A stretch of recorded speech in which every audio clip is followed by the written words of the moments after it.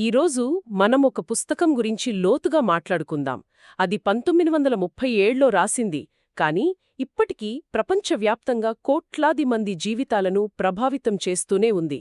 దాని పేరు think and grow rich. నిజమే.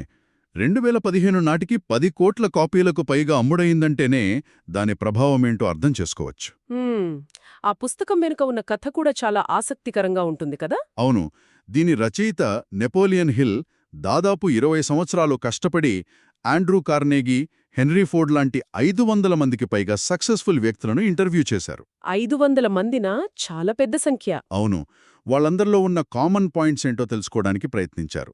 ఆశ్చర్యమేంటంటే వాళ్లలో చాలామంది పేదరికం నుండి పెద్దగా చదువుకోకుండానే మొదలుపెట్టిన వాళ్లే. ఓ. ఆ పరిశోధనలో దొరికిన రహస్యాలను ఒక 13 సూత్రాలుగా ఈ పుస్తకంలో చెప్పారు. ఈరోజు మనం అందులో కొన్ని కీలకమైన సూత్రాల గురించి వివరంగా మాట్లాడుకుందాం. సరే, అయితే మొదలు పెడదాం. ఈ పుస్తకానికి గుండెలాంటిది ఒకే ఒక్క ఆలోచన అనుకుంటా. అదే మన ఆలోచనలు, వస్తువులు, అవి మన జీవితాన్ని మార్చగలవు అనేది. కరెక్ట్. ఈ విషయాన్ని చెప్పడానికి హిల్ కొన్ని నిజ జీవిత కథలను వాడుకున్నారు. డార్బీ అనే వ్యక్తి కథతో మొదలు పెడదాం. సరే. గోల్డ్ రష్ సమయంలో డార్బీ తన మామతో కలిసి బంగారం కోసం తవ్వకాలు మొదలుపెట్టాడు.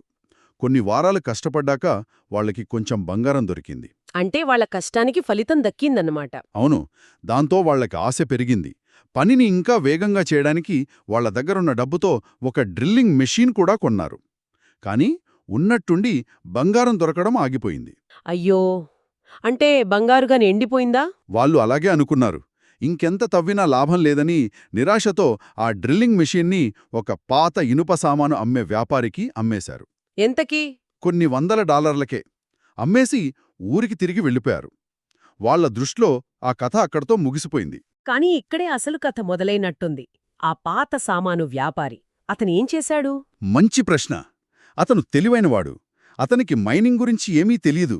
కానీ తెలియదని ఒప్పుకునే తెలివి ఉంది.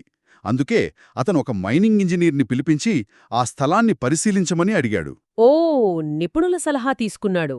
అవును, ఆ ఇంజనీర్ లెక్కలు వేసి ఒక విషయం చెప్పాడు. డార్బీ వాళ్లు తవ్వడం ఆపేసిన చోటుకి కేవలం 3 అడుగుల కింద ఒక భారీ బంగారు నిధి ఉందని. ఏంటి? కేవలం 3 అడుగుల దూరంలోనా? నమ్మలేకపోతున్నాను. నిజం. ఆ వ్యాపారి ఆ గని నుండి లక్షల డాలర్ల విలువైన బంగారాన్ని తీశాడు. ఇక్కడ తేడా ఏంటంటే డార్బీ ఆలోచన ఇక అయిపోయింది అని ఆగిపోయింది. కాని ఆ వ్యాపారి ఆలోచన ప్రయత్నిద్దాం అని మొదలైంది. అంటే వదిలేసే ముందు ఒక్కసారి ఆలోచించాలన్నమాట. దీనికింకో ఆధునిక ఉదాహరణ కూడా ఉంది కదా, స్టీవెన్ స్పీల్బర్గ్ కథ.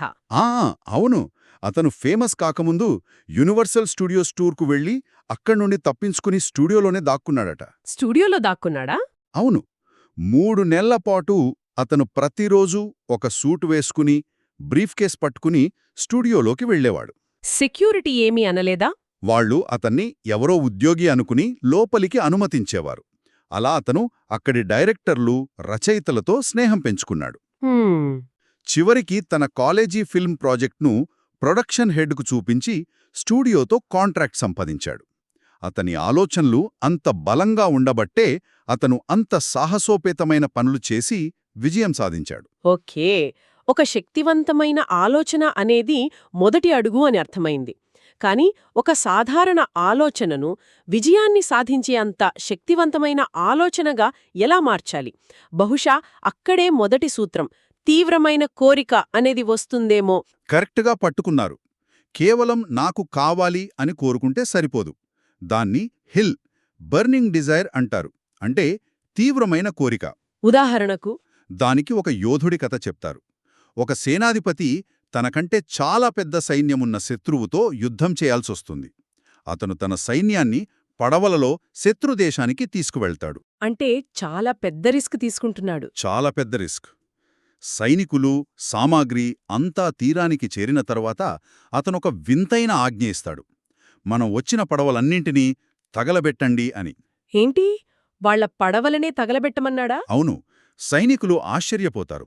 అప్పుడతను, చూడండి, మన పడవలు కాలిపోతున్నాయి, మనం వెనక్కి వెళ్లడానికి దారి లేదు, ఇప్పుడు మన ముందున్నవి 2 మార్గాలు, గెలవడం లేదా ఇక్కడే చనిపోవడం అని చెప్తాడు. వావ్! వాళ్లు ఆ యుద్ధంలో గెలిచారు. అంటే వెనక్కి వెళ్లే దారులన్నిటినీ మూసివేసుకోవడం. No plan B. సరిగ్గా అదే. అలాంటి పరిస్థితిలోనే ఒక సాధారణ కోరిక గెలవాలనే తీవ్రమైన కోరికగా మారుతుంది. దీనికోసం హిల్ ఒక 6 స్టెప్ ఫార్ములా కూడా ఇచ్చారు. ఓ, అదెలా ఉంటుంది? క్లుప్తంగా చెప్పాలంటే 1. మీకు ఎంత డబ్బు కావాలో ఖచ్చితంగా నిర్ణయించుకోండి. 2. దానికి బదులుగా మీరేం ఇవ్వగామో ఆలోచించండి.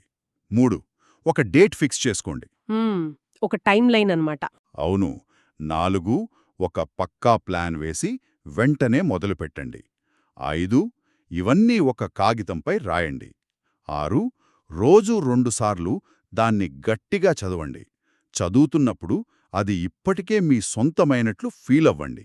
ఈ సూత్రం ఎంత శక్తివంతమైనదో చెప్పడానికి నెపోలియన్ హిల్ సొంత జీవితంలో జరిగిన ఒక సంఘటన కూడా ఉంది కదా, అతని కొడుకు బ్లేర్ హిల్ కథ. అవును, అది చాలా స్ఫూర్తిదాయకమైన కథ. బ్లేర్కు పుట్టుకతోనే చెవులు లేవు. ఓ. అతను జీవితంలో వినలేడని, మాట్లాడలేడని డాక్టర్లు చెప్పారు. కాని హిల్ దాన్ని అంగీకరించలేదు. తన కొడుకు ఖచ్చితంగా మామూలుగా వింటాడు, మాట్లాడతాడు అని తీవ్రంగా కోరుకున్నాడు. అది ఎలా సాధ్యం? ఆ పిల్లాడికి వినపడదు కదా. అతను నిద్రపోయే ముందు కథలు చెప్పేవాడు. బ్లేర్ వినలేడని తెలిసినా ఆ కథల ద్వారా తన కోరికను బ్లేర్ సబ్కాన్షియస్ మైండ్లోకి పంపేవాడు. అంటే అతని వైకల్యం ఒక లోపం కాదని నమ్మేలా చేశాడనమాట. అవును, అదొక గొప్ప ఆస్తిగా మారుతుందని పదే పదే చెప్పేవాడు. చివరికి కాలేజీ చివరి సంవత్సరంలో బ్లేరుకు ఒక ప్రత్యేకమైన హియరింగ్ ఎయిడ్ దొరికింది. దాని సహాయంతో అతను స్పష్టంగా వినగలిగాడు. వావ్. ఆ తర్వాత అదే కంపెనీలో చేరి తనలాంటి వేలాది మందికి సహాయం చేశాడు. ప్రతి ప్రతికూలత తనతో పాటు సమానమైన ప్రయోజనానికి బీజాన్ని తెస్తుందనే పాఠం ఇక్కడ కనిపిస్తుంది. ఇక్కడ కేవలం కోరిక మాత్రమే కాదు, దాని వెనుకున్న బలమైన నమ్మకం కూడా కనిపిస్తుంది. బహుశా అదే మనల్ని తరువాతి సూత్రానికి తీసుకెళ్తుందేమో. విశ్వాసం, ఫెయిత్. ఖచ్చితంగా. విశ్వాసం లేని కోరిక ఒక రెక్కలు లేని పక్షిలాంటిది. విశ్వాసమంటే గుడ్డి నమ్మకం కాదు, మీ లక్ష్యాన్ని మీరు సాధించగలరని మీమీద మీకు పూర్తి నమ్మకం ఉండడం. దీనికి పుస్తకంలో ఒక మంచి ఉదాహరణ ఉంది. చార్లెస్ ష్వాబ్ మరియు జేపీ మోర్గాన్ కథ. అవును, 1900లో అమెరికాలో స్టీల్ కంపెనీలో ఒకదానితో ఒకటి చాలా పోటీ పడుతుండేవి. అప్పుడు ఆండ్రూ కార్నెగీ దగ్గర పనిచేసే చార్లెస్ ష్వాబ్కు ఒక ఆలోచన వచ్చింది. ఏంటది? ఈ పోటీ పడుతున్న స్టీల్ మిల్స్ అన్నింటినీ కలిపి ఒకే పెద్ద కార్పొరేషన్గా ఎందుకు మార్చకూడదు అని. కానీ దీనికి అవసరమైన పెట్టుబడి, అధికారం అన్నీ జేపీ మోర్గాన్ దగ్గరే ఉన్నాయి. జేబీ మోర్గాన్ను ఒప్పించటం అంత తేలిక కాదు కదా. అస్సలు కాదు. కానీ ష్వాబ్ తన ఆలోచన మీద, తన మీద అపారమైన విశ్వాసం, పూర్తి నమ్మకం ఉంచాడు. అతను తన ప్లాన్ను వివరిస్తున్నప్పుడు అతని కళ్లల్లో కనిపించిన ఆత్మవిశ్వాసం మోర్గాన్ను కదిలించింది. అంటే ఆలోచన కన్నా ఆ ఆలోచనను ప్రెజెంట్ చేసిన విధానం, ఆ విశ్వాసం ముఖ్యమైందన్నమాట. సరిగ్గా అదే. దాని ఫలితమే యునైటెడ్ స్టేట్స్ స్టీల్ కార్పొరేషన్. ఇక్కడే హిల్ ఒక ముఖ్యమైన మాట అంటారు: మనస్సు దేనినైతే ఊహించి నమ్మగలదో దానిని సాధించగలదు. ఓకే. కాని నమ్మకం ఉంచు అని చెప్పడం తేలికే. చాలామందికి ఆత్మవిశ్వాసం తక్కువగా ఉంటుంది. అలాంటి వాళ్ళు ఈ విశ్వాసాన్ని ఎలా పెంచుకోవాలి? దానికేదైనా పద్ధతి ఉందా? ఉంది. అక్కడే 3వ సూత్రం, స్వీయ సూచన లేదా ఆటో సజెషన్ వస్తుంది. Auto suggestion. మన మెదడులో 2 భాగాలుంటాయి: కాన్షియస్ మైండ్ మరియు sub conscious mind. Conscious mind ఒక గేట్ కీపర్ లాంటిది. అసలైన శక్తంతా సబ్ కాన్షియస్ మైండ్లోనే ఉంది. పుస్తకంలో దీనికి ఒక మంచి పోలిక వాడారు. సబ్ కాన్షియస్ మైండ్ ఒక విఐపి క్లబ్ అయితే, ఆలోచనలు బయట క్యూలో నిలబడి ఉంటాయి. లోపలికి వెళ్లడానికి పాస్ కావాలి. ఆ పాసే భావోద్వేగం లేదా ఇమోషన్. సరిగ్గాదే. ఒక ఆలోచనను బలమైన భావోద్వేగంతో కలిపి పదే పదే మననం చేసుకోవడమే ఆటో సజెషన్. మనం ముందు చెప్పుకున్న 6 దశల్లోని మీ లక్ష్యాన్ని చదువుతున్నప్పుడు అది ఇప్పటికే నెరవేరితే ఎంత ఆనందంగా ఉంటుందో ఆ ఫీలింగ్ని పొందాలి. ఇది నిజమే. మనమొక కొత్త కారు కొన్న తర్వాత రోడ్డు మీద అవే మోడల్ కార్లు ఎక్కువగా కనిపిస్తుంటాయి. ఎందుకంటే మన సబ్కాన్షియస్ మైండ్ ఆ కార్ మోడల్కు ట్యూన్ చేయబడింది. ఖచ్చితంగా. అదేవిధంగా ఆటో సజెషన్ మన లక్ష్యానికి సంబంధించిన అవకాశాలను గమనించేలా చేస్తుంది. అందుకే విజన్ బోర్డులు, అఫర్మేషన్లు వాడతారు. సరే, మనసుని ప్రోగ్రామ్ చేసుకున్నాం. కాని వాటిని ఆచరణలో పెట్టడానికి జ్ఞానం కావాలి కదా. జ్ఞానమే శక్తి అనే మాట ఎంతవరకు నిజం? హిల్ ప్రకారం జ్ఞానం శక్తిగాదు, అది శక్తిగా మారగలదు. అంటే నాలెడ్జ్ అనేది పొటెన్షియల్ పవర్ మాత్రమే. దాన్ని ఉపయోగించినప్పుడే అది అసలైన శక్తిగా మారుతుంది. అవును. దీనికి హెన్రీ ఫోర్డ్ కోర్టు కేసు ఒక అద్భుతమైన ఉదాహరణ. ఒక వార్తాపత్రిక ఫోర్డ్ను అజ్ఞాని అని రాస్తే అతను కేసు వేశాడు. అవును. అప్పుడు కోర్టులో అతన్ని రకరకాల జనరల్ నాలెడ్జ్ ప్రశ్నలు అడిగారు. నిజమే. ఫోర్డుకు చాలా ప్రశ్నలకు సమాధానం తెలియలేదు. అప్పుడు ఫోర్డ్ ఒక అద్భుతమైన సమాధానమిచ్చాడు. ఏంటది? నా డెస్క్ మీద కొన్ని బటన్లున్నాయి. సరైన బటన్ నొక్కితే నాకు కావలసిన ఏ ప్రశ్నకైనా సమాధానం చెప్పగల నిపుణులు నేను పిలవగలను. అలాంటప్పుడు ఈ విషయాలతో నా మెదడును ఎందుకు నింపుకోవాలి అని ఎదురు ప్రశ్నించాడు. వావ్! అంటే అన్నీ మనకే తెలియాల్సిన అవసరం లేదనమాట. అవును. సాధారణ జ్ఞానం కంటే ఒక నిర్దిష్ట రంగానికి సంబంధించిన ప్రత్యేక జ్ఞానం అంటే స్పెషలైజ్డ్ నాలెడ్జ్ చాలా ముఖ్యం. ఫోర్డ్ తన చుట్టూ నిపుణులను ఉంచుకున్నాడు. దీన్నే హిల్ మాస్టర్ మైండ్ గ్రూప్ అంటారు. ఓకే. మన దగ్గర కోరిక, విశ్వాసం, జ్ఞానం ఉన్నాయి. కాని అసలు కొత్త ఆలోచనలు, ఆవిష్కరణలు ఎక్కడ్నుంచి పుడతాయి? అవి పుట్టే ప్రదేశాన్నే హిల్ 5వ సూత్రంగా చెప్పారు. కల్పన, ఇమాజినేషన్. దీన్ని మనస్సు యొక్క వర్క్షాప్ అని పిలుస్తారు. దీనికి కోకాకోలా కథ ఒక మంచి ఉదాహరణ కగా. అవును. ఒక పల్లెటూరి వైద్యుడు ఒక సిరప్ ఫార్ములాను $50లకు ఆశా క్యాండ్లర్ అనే ఒక క్లర్కుకు అమ్మాడు. క్యాండ్లర్ ఆ ఫార్ములాకు తన సొంత ప్రత్యేక పదార్థాన్ని జోడించాడు. ఒక్క నిమిషం. ఆ రహస్య పదార్థం ఏమిటి? నేనేదో సీక్రెట్ హర్బ్ అనుకున్నాను. ఆ రహస్య పదార్థమే కల్పన. ఆ సిరప్ను ఒక గ్లోబల్ బ్రాండ్గా మార్చింది క్యాండ్లర్ కల్పనాశక్తే. ఆకర్షణీయమైన బ్రాండింగ్, ఉచిత కూపన్లు, పంపిణీ నెట్వర్క్ ఇవన్నీ అతని కల్పనలో పుట్టినవే. ఇప్పుడు అర్థమైంది. హిల్ 2 రకాల కల్పనల గురించి చెప్పారు కదా. అవును. సింథెటిక్ కల్పన అంటే పాత ఆలోచనలను కొత్తగా కలపడం. క్రియేటివ్ కల్పన అంటే పూర్తిగా కొత్త ఆలోచనలు పుట్టడం.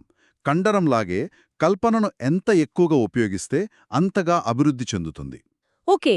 కోరిక, విశ్వాసం, జ్ఞానం, కల్పన ఈ ముడి పదార్థాలన్నీ ఉన్నాయి. కాని వీటిని కలిపి ఒక వంటకం చేయాలంటే ఒక రెసిపీ కావాలి కదా. అదే బహుశా 6వ సూత్రం, వ్యవస్థీకృత ప్రణాళిక, ఆర్గనైజ్డ్ ప్లానింగ్. ఖచ్చితంగా. ఒక కోరికను వాస్తవంగా మార్చాలంటే ఒక పక్కా ప్లాన్ ఉండాలి. ఇక్కడే మనం ఇంతకుముందు చెప్పుకున్న మాస్టర్ మైండ్ గ్రూప్ మళ్ళీ వస్తుంది. అంటే ఒంటరిగా విజయం సాధించడం కష్టమంటారా? చాలా కష్టం. మీ లక్ష్య సాధనకు సహాయపడగల వ్యక్తులతో ఒక టీంని ఏర్పాటు చేసుకోవాలి.